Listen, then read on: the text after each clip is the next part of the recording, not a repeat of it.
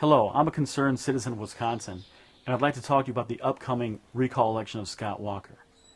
I'm not going to give you my name or my credentials because I don't want to be judged, dismissed, or accepted based on that. I'd like you to hear what I have to say and the facts that I present.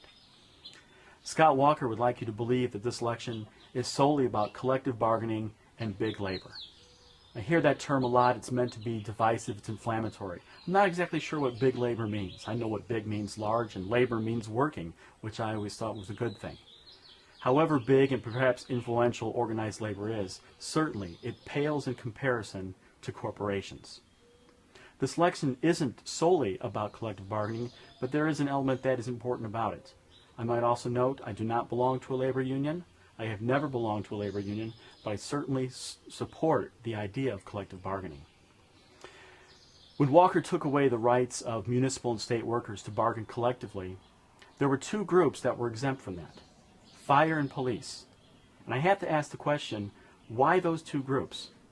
Well, he starts with an explanation about collective bargaining that he wants to offer municipalities and the state the tools to reduce their budget problems.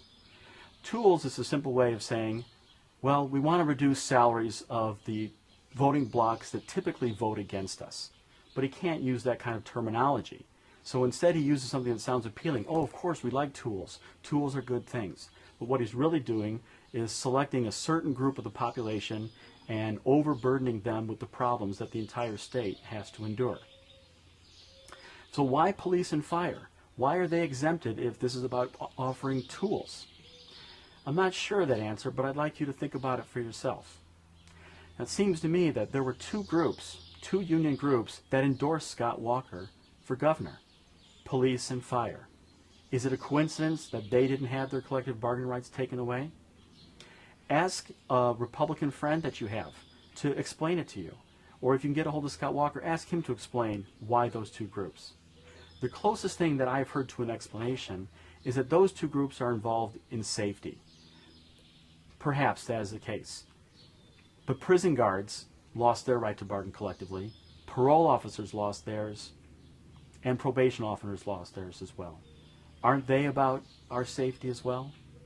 Let's get beyond the rhetoric, let's talk about truth, and let's stop using inflammatory language that's meant to deflect what the real purpose is. Investigate for yourself the answer to that question and other questions regarding Scott Walker.